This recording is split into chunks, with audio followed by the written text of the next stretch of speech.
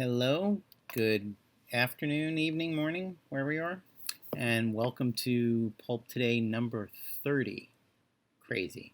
Today we're going to talk about Richard Matheson. Um, One of the main reasons I do these is evangelical, for want of a better word. It's not like Richard Matheson is exactly obscure, but he's not Stephen King, and I think that's terrible, terrible tragedy myself. Uh, Richard Matheson is one of those ghosts in the machine of pop culture. So many tropes, so many stories that you've seen told and retold 1,000 times start with the great Richard Matheson, who passed away a few years ago. Um, I was lucky. I met him exactly once at the funeral of another great American pulp treasure, Robert Bloch, the author of Psycho, among a million other things. Um, and that funeral was a gathering of a lot of the titans of the industry. I think I met Harlan Ellison there as well. But Matheson wrote every other Twilight Zone episode that you really love.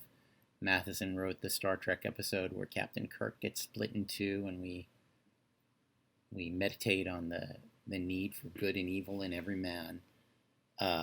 Matheson was a romantic. He wrote the books that Somewhere in Time and What Dreams May Come were based on. Just a terrific writer. But one of the first encounters I probably had with his work was the film version of The Incredible Shrinking Man, and I think that was the first time I went, it's a ridiculous, it's a goofy premise. A grown man becomes a tiny little shrinking person, and eventually he becomes so small that he realizes that the infinite and the infinitesimal are the same. And it's just, it should be goofy. It shouldn't work. The tiny little man being chased by his own house cat and menaced by a spider and all that. But it is as B pictures go, it's a crazy little moving movie. I'd recommend it. And on top of that, when I was a kid, I just absolutely loved The Omega Man, which was based on I Am Legend, a novella he had written. The first film version is the great Vincent Price in The Last Man on Earth. Every zombie movie you've ever seen grows out of Vincent Price, The Last Man on Earth, George Romero's Night of the Living Dead.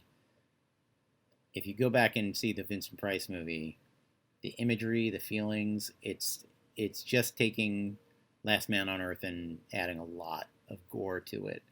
It's a crazy little movie, but more faithful to Matheson's book in some ways than the bigger budget later adaptations, which include The Omega Man, which I loved when I was a kid, which is Charlton Heston in that same story. And then Will Smith made it under the actual title I Am Legend. No one has quite yet honestly addressed the climax of the story and really presented it well. There's a hint of it in the Price. There's a hint of it in the Heston. There's a hint of it in the Will Smith, but no one's quite nailed it. But what I wanted to read to you from I Am Legend, is a recent paperback of it today, is in Chapter 3. The setup is that almost everyone on Earth is either dead or has turned into an actual vampire. And because we live in a world where vampires are fictional creatures, Matheson has to deal with the meta text of what happens when you find out vampires are real, and it literally destroys the world. Romero's zombies, which are so big an influence on everything else, The Walking Dead and such, Romero's zombies come out of Matheson's vampires. So in this chapter, the last man on Earth who has escaped the zombie plague, the vampire plague, is actually reading, he himself is reading Dracula. And he has some reflections on it, which are pretty great. The strength of the vampire is that no one will believe in him. Thank you, Dr. Van Helsing, he thought, putting down his copy of Dracula. He sat staring moodily at the bookcase, listening to Brahms' second piano concerto, a whiskey sour in his right hand, a cigarette between his lips. It was true. The book was a hodgepodge of superstitions and soap opera cliches, but that line was true. No one had believed in them, and how could they fight something they didn't even believe in? That was what the situation had been. Something black and of the night had come crawling out of the Middle Ages, something with no framework or credulity, something that had been consigned, fact and figure, to the pages of imaginative literature. Vampires were passé, Summer's Idols, or Stoker's melodramatics, or a brief inclusion in the Britannica, or grist for the pulp writer's mill, or raw material for the B film factories. A tenuous legend passed from century to century. Well, it was true. He took a sip from his drink and closed his eyes as the cold liquid trickled down his throat and warmed his stomach. True, he thought, but no one ever got the chance to know it.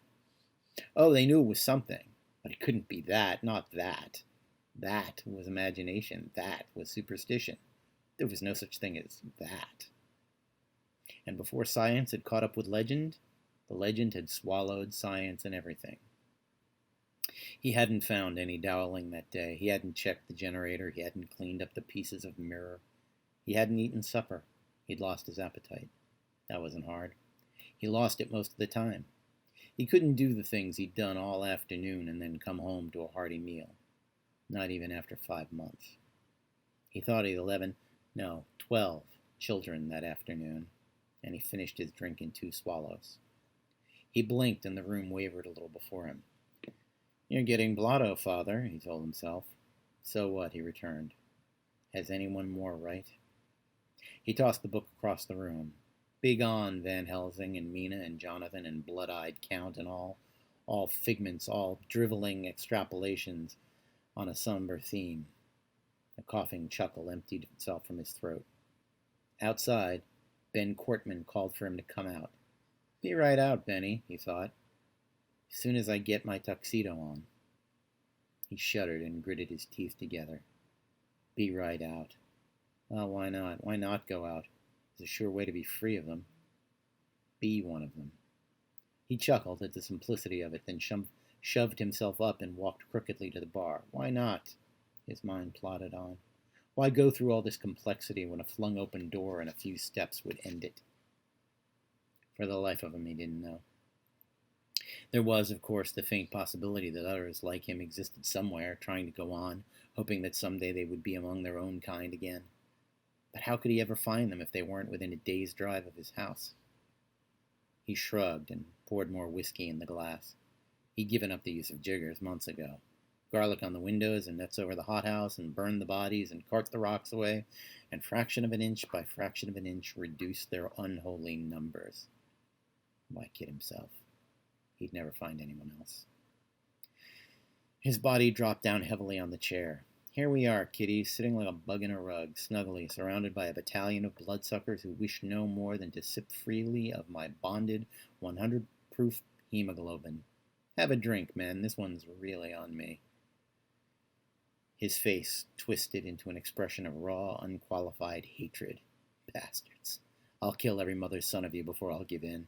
His right hand closed like a clamp, and a glass shattered in his grip. He looked down, dull-eyed, at the fragments on the floor, at the jagged piece of glass still in his hand, at the whiskey-diluted blood dripping off his palm. Wouldn't they like to get some of it, though? He thought. He started up with a furious lurch and almost opened the door so he could wave the hand in their faces and hear them howl. Then he closed his eyes, and a shudder ran through his body. Wise up, buddy, he thought. Go bandage your goddamn hand.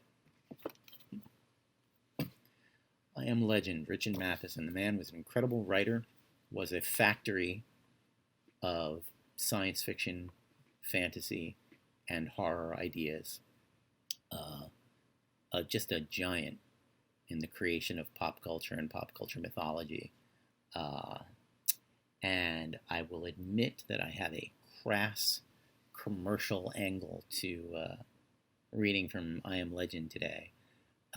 My little tribute to I Am Legend and the Omega Man earlier this year, um, Dynamite Comics reached out to me and said that Cassandra Peterson, the real Elvira, wanted to talk to me about collaborating on a special that would come out while we were all locked up during this pandemic. And because we are all locked up during this pandemic, maybe I was feeling very Robert Neville that day, but I pitched to her an idea for the Omega Man starring herself, the last sex symbol on Earth, if you will. And currently it's a Kickstarter. It's doing very well, thank you. I'll probably stick the link somewhere where you can find it, as opposed to where it belongs. I'm very proud of it. I think it's fun. It's a tricky thing to make fun of a plague destroying mankind at this exact moment in time, and I am not unaware of that. But let's just say it's more of a satire of how certain people have handled this crisis than it is of the crisis itself. The zombies in the story are poor unfortunates who have been convinced that the ingestion of a certain cleaning product will protect them from the COVID-19, but instead it turns them into orange-skinned, pale-eyed zombies. Just an idea. I don't know where I got it from. Complete science fiction thing. Anyway, thank you for listening.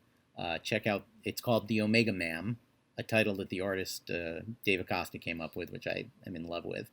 And I think you're going to like it. I know the last few episodes of this, the Beneath the Planet of the Apes one, the Mask of the Red Death one, have been kind of current events. They've had current events shade to them.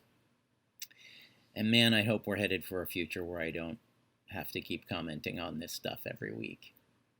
It would be nice to just redo some stories and not be thinking about all of that every time. But here's hoping for a better future. Go vote. Vote Biden-Harris. Vote to save the world from this. Have a good one.